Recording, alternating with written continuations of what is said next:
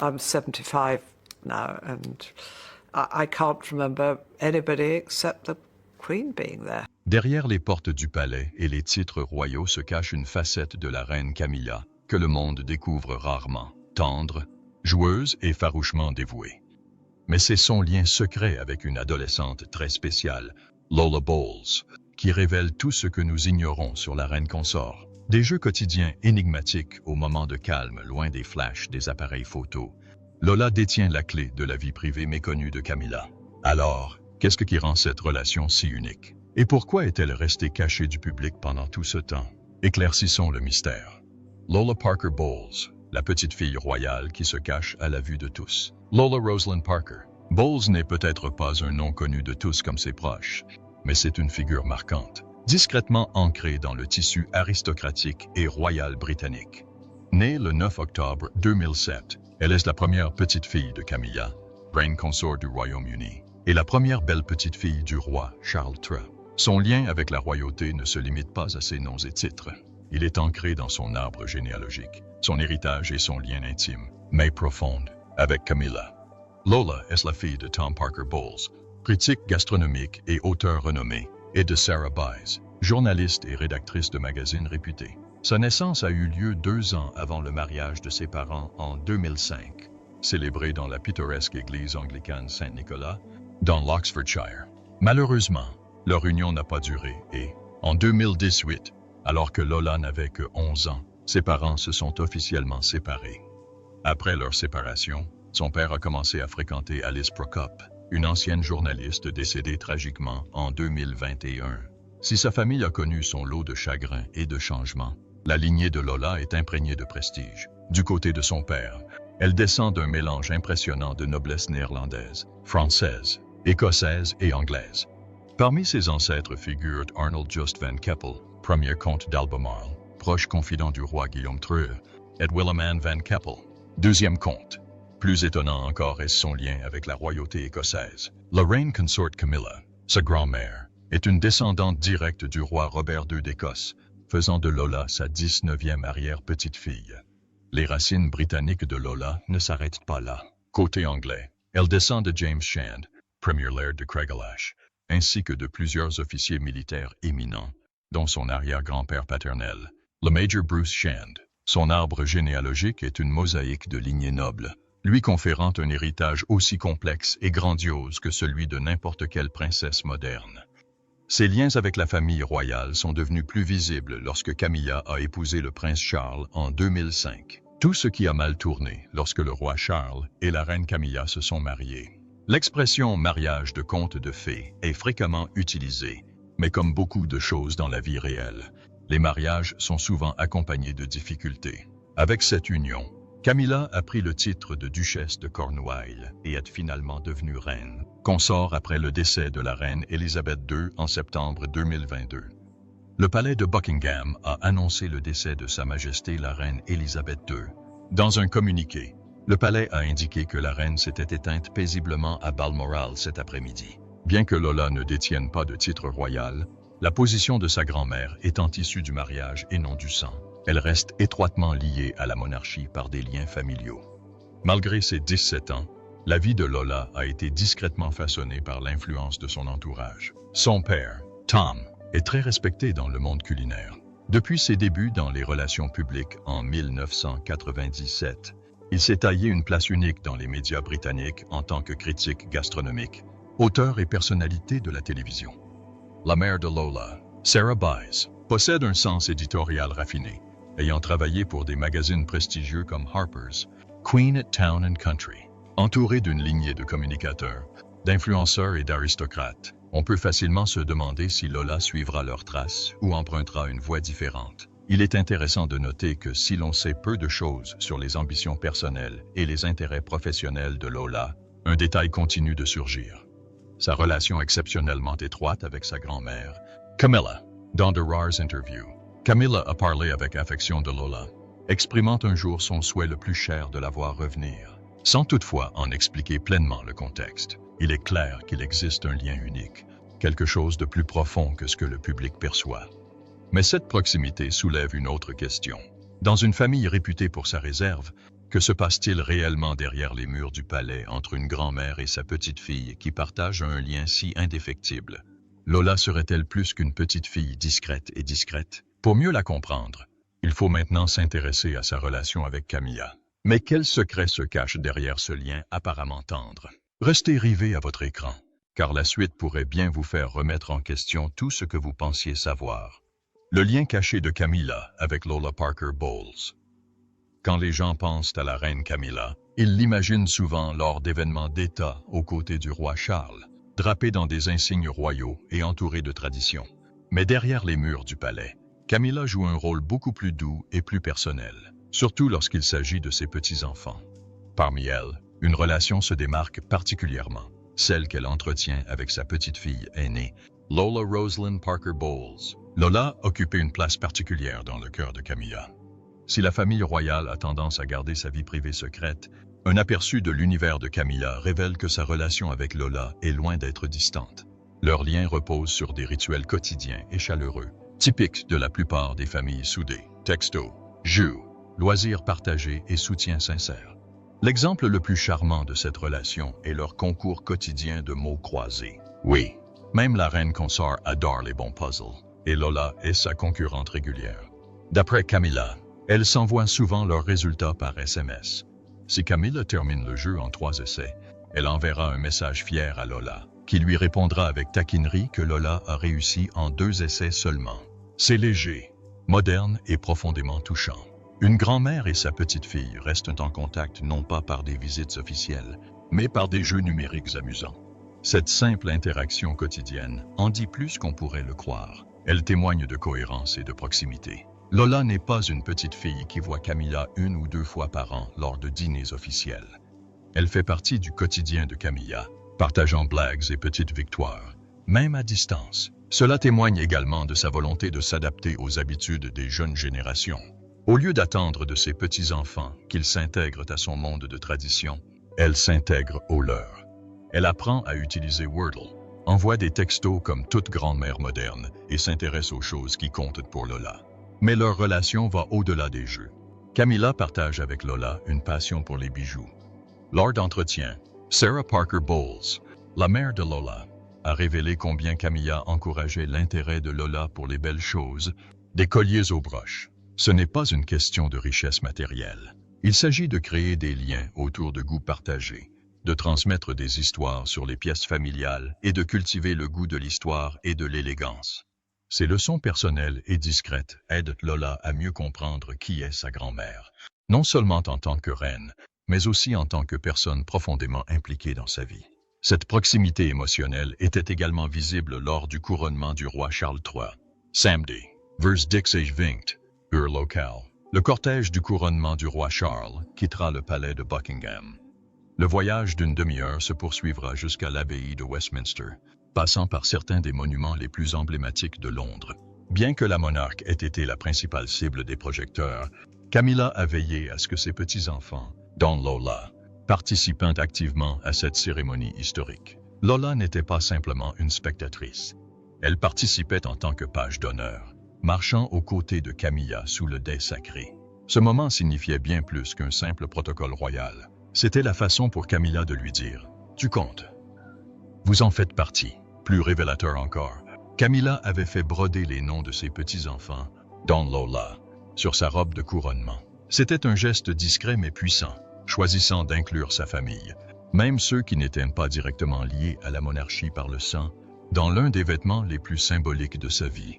Cela reflétait le profond désir de Camilla de concilier ses identités personnelles et royales, permettant à ses petits-enfants par alliance, comme Lola, de se sentir vus, honorés et chéris. Sarah Parker Bowles a parlé ouvertement du rôle de grand-mère de Camilla. Elle l'a décrit comme une personne très impliquée, toujours intéressée par ce que font Lola et son frère, toujours présente, même lorsqu'elle est occupée.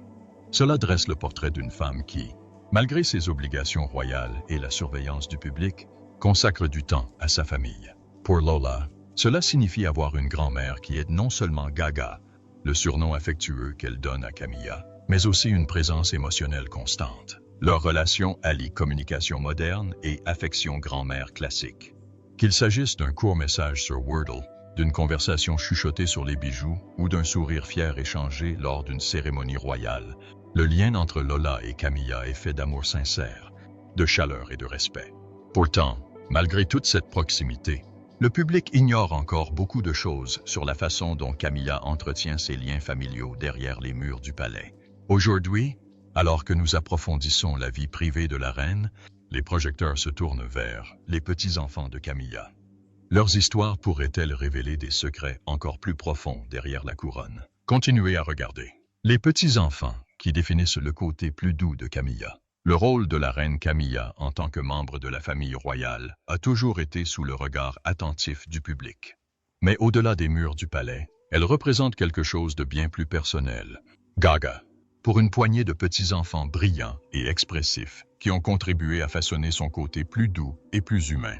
Si la reine Élisabeth II a laissé derrière elle un héritage prestigieux avec sa vaste lignée d'enfants, de petits-enfants et d'arrière-petits-enfants, l'arbre généalogique de Camilla est tout aussi riche, avec toutefois une particularité qui le distingue.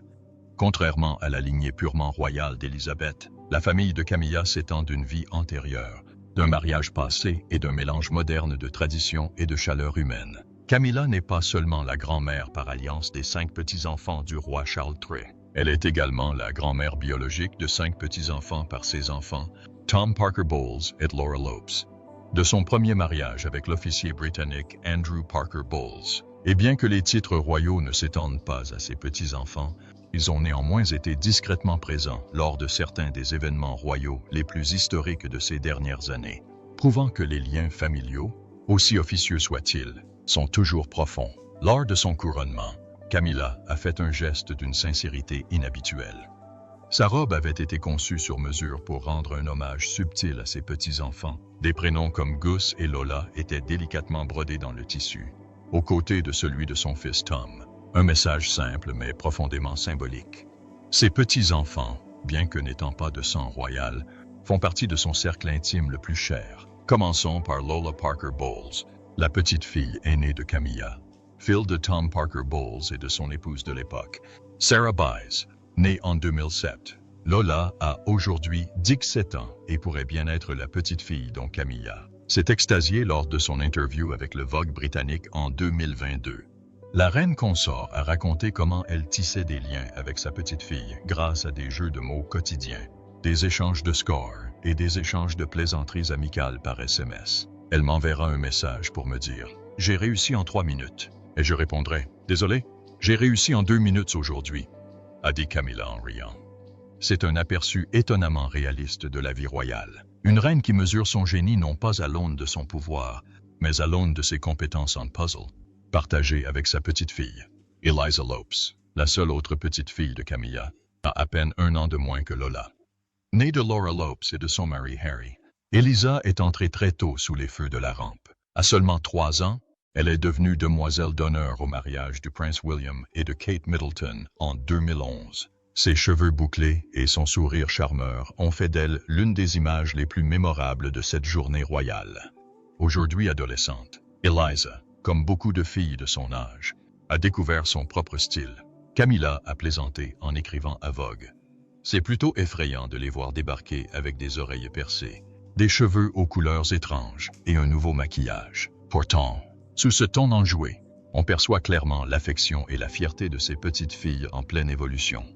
Les frères cadets d'Eliza, les jumeaux Louis et Gus Lopes, sont nés en 2009 et étaient peut-être les membres les plus réservés de la famille jusqu'à récemment. Lors du couronnement de Camilla, les 2 garçons ont joué un rôle majeur en tant que page d'honneur, se tenant fièrement aux côtés de leur grand-mère. Gus a même participé malgré son bras cassé, démontrant ainsi le sérieux avec lequel la famille prend ses engagements. Ces garçons sont peut-être absents des gros titres glamour, mais dans les cercles royaux, la loyauté et la prestance sont souvent plus éloquentes que la célébrité. Il y a aussi Freddie Parker Bowles, le plus jeune des petits-enfants de Camilla. Freddie est le frère cadet de Lola et le 2e enfant de Tom et Sarah. Bien qu'il n'ait pas encore fait sensation à lui seul, il a rejoint Gus et Louis comme page d'honneur lors du couronnement, marquant un autre moment où Camilla a clairement démontré que ses petits-enfants étaient bien plus que des personnages secondaires. Ils ont activement participé à son parcours de duchesse à reine. Mais au-delà des titres officiels et des cérémonies, ce qui unit véritablement cette famille, c'est son lien avec Camilla. Freddie et Lola ont même donné un prénom spécial à leur grand-mère, Gaga, un surnom qui la propulse instantanément des hauteurs de la royauté vers la chaleur familiale. Ce côté profondément affectueux de Camilla passe souvent inaperçu auprès du public, qui peine encore à concilier son rôle royal avec son passé. Pourtant, dans son entourage, elle est avant tout une grand-mère. Elle envoie des SMS à ses petits-enfants, va les chercher à l'école et porte leur prénom près de son cœur. Pourtant, on ne peut s'empêcher de se demander, tandis que Camilla rapproche ses petits-enfants, comment s'intègrent-ils au paysage royal? La monarchie les accueille-t-elle? Ou évolue-t-il sur un fil délicat entre acceptation et exclusion? Ceci nous amène au chapitre révélateur suivant, leur relation controversée avec la famille royale. Ces liens familiaux recomposés modernes pourraient-ils remettre en cause les traditions royales telles que nous les connaissons? Restez rivés à votre écran. La réponse pourrait vous surprendre. Frontière royale. Pourquoi William tient-il à distance le clan Parker Bowles? Derrière les sourires raffinés des portraits de palais et des apparitions officielles se cache une tension discrète mais persistante. Une tension qui s'étend entre le côté de la famille du prince William et celui de la reine Camilla. Si l'attention du public reste principalement centrée sur les rôles cérémoniels et symboliques de la famille royale, initiés et observateurs attentifs murmurent depuis longtemps la froide. Un cercle où le prince William tracerait des lignes claires quant à ceux qui, selon lui, appartiennent au cercle intime de la famille royale. Et selon plusieurs sources, la famille de la reine Camilla se situerait bien en dehors de cette ligne. Il semblerait que William n'apprécie pas particulièrement le clan Parker Bowles. Bien qu'il n'y ait aucune animosité directe envers la jeune Lola elle-même, c'est son lien avec la lignée de Camilla qui semble causer un malaise. Tout a commencé par de petits gestes qui, au fil du temps, ont donné naissance à un tableau plus vaste. L'un de ces moments s'est produit lorsque William aurait écarté la sœur de Camilla, Annabel Elliot, d'un conseil consultatif du duché de Cornouailles, un rôle qu'elle occupait depuis des années avec la pleine confiance de Camilla. Pour beaucoup, il ne s'agissait pas seulement d'une restructuration. Il s'agissait d'une décision calculée visant à minimiser l'influence familiale de Camilla au sein des institutions royales désormais sous le contrôle de William. Des sources proches de Clarence House et de Kensington ont laissé entendre que William ne souhaitait pas que la famille de Camilla bénéficie trop étroitement de la marque royale.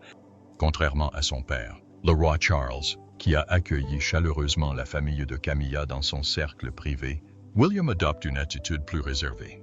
Il semblerait qu'il veuille préserver l'image de la monarchie en maintenant une distance respectueuse avec la famille Parker Bowles, dont Lola est son jeune frère, Freddie. Cette division s'est accentuée lors des moments clés de la vie familiale. Tandis que Charles accomplissait un geste sans précédent en incluant les petits-enfants de Camilla à son couronnement, Lola servait sous le dais lors de l'un des moments les plus sacrés de la cérémonie. Guillaume aurait adopté un ton plus formel. Même si Lola se tenait non loin de lui pendant l'événement, le futur roi gardait un air de neutralité en public. Certains commentateurs royaux ont noté qu'il l'avait à peine salué pendant la cérémonie, un contraste frappant avec la façon dont il interagit habituellement avec ses propres enfants dans des situations similaires. Il convient de noter que Lola elle-même n'a été impliquée dans aucune controverse ni scandale. Adolescente discrète et réservée, elle apprécie les jeux de réflexion comme Wordle, entretient une relation étroite avec sa grand-mère et se tient à l'écart des médias. Pourtant, elle demeure au cœur de cette frontière familiale tacite, non pas pour ce qu'elle a fait, mais simplement pour ce qu'elle est, la petite fille de Camilla. Les réunions de famille reflètent cette tension silencieuse. Alors que Charles inviterait les enfants et petits-enfants de Camilla aux fêtes de fin d'année, notamment à Noël à Sandringham ou lors de visites estivales à Balmoral, la présence de William durant ces moments tend à être particulièrement réservée. Il participe, certes, mais toujours avec une certaine formalité qui laisse entendre que la chaleur ne s'étend pas à tous de manière égale. Certains initiés affirment que William ne fait que perpétuer la tradition et veiller à ce que les événements royaux restent centrés sur la lignée directe, tandis que d'autres pensent qu'il s'agit d'un malaise persistant concernant la position de Camilla au sein de la famille depuis son mariage avec son père. Les ombres persistantes du passé pourraient également jouer un rôle ici. La loyauté de William envers sa défunte mère, la princesse Diana, est bien connue. Certaines sources affirment que sa réticence à s'engager auprès de la famille de Camilla trouve son origine dans la profonde douleur qu'elle éprouve à cause du mariage tumultueux de ses parents. Dans ce contexte, garder ses distances avec la famille de Camilla pourrait être moins dû à une aversion personnelle qu'à des limites émotionnelles qu'il n'a jamais voulu franchir. La manière dont William trace ses lignes lors de ses engagements officiels est encore plus révélatrice. Si la famille de Camilla reçoit occasionnellement des invitations spéciales ou des rôles honorifiques, comme lors des célébrations du couronnement, William les mentionne rarement en public. Elles sont incluses sans jamais être mises en avant, présentes sans être mises en avant. Et pourtant, malgré le silence, le message résonne fort. Le prince William construit une future monarchie selon ses propres termes. Et dans cette vision, les enfants et petits-enfants de Camilla seront peut-être les bienvenus dans la maison, mais ils n'en recevront pas les clés. Pourtant, le rideau du palais cache plus qu'il ne révèle. La position de William reflète-t-elle une décision de principe visant à préserver la pureté royale? Ou s'agit-il d'une résistance silencieuse à une famille recomposée qu'il n'a jamais choisie? Aujourd'hui, alors que les observateurs de la famille royale commencent à examiner de plus près l'évolution de la dynamique familiale, l'attention se porte non seulement sur William, mais aussi sur ceux-là même qu'il tient à distance. Il est temps d'examiner de plus près ceux qui sont souvent cachés, ceux que Camilla chérit. Mais maintenant, les projecteurs se tournent vers les enfants de Camilla. Alors pourquoi l'un d'eux a-t-il mystérieusement disparu de la scène publique? Tom et Laura, les enfants sans titre de la reine Camilla. La reine Camilla a 2 enfants de son premier mariage avec Andrew Parker Bowles, Tom Parker Bowles et Laura Lopes. Bien qu'aucun des deux ne détienne de titre royal, tous deux mènent une vie indépendante tout en maintenant des liens étroits avec leur mère. Tom Parker Bowles, né en 1974, est un auteur et critique gastronomique réputé. Il est l'auteur de plusieurs livres de cuisine et apparaît souvent dans des émissions culinaires britanniques. Tom a été marié à la rédactrice de mode Sarah Bice, avec qui il a 2 enfants, Lola et Freddie. Malgré l'attention du public, Tom évite généralement les projecteurs de la famille royale et préfère se concentrer sur son travail culinaire. Laura Lopes, née en 1978, est commissaire d'exposition et cofondatrice de la galerie 11 Fine Art à Londres.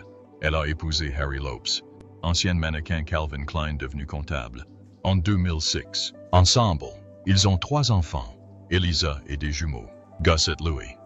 Eliza est apparue comme demoiselle d'honneur au mariage du prince William et de Kate Middleton en 2011, un rare moment de visibilité royale pour la famille de Laura. Camilla est connue pour être une mère et une grand-mère dévouée, évoquant souvent avec affection les réussites de ses enfants. Bien qu'ils ne fassent pas partie de la famille royale active, Tom et Laura entretiennent tous deux une relation chaleureuse et privée avec le roi Charles et participent aux événements familiaux importants. Alors que Camilla jongle entre ses obligations royales et ses liens familiaux, une question demeure. Quel rôle joueront ses enfants et petits-enfants dans l'avenir de la monarchie? Partagez votre avis ci-dessous et n'oubliez pas d'aimer, de partager et de vous abonner.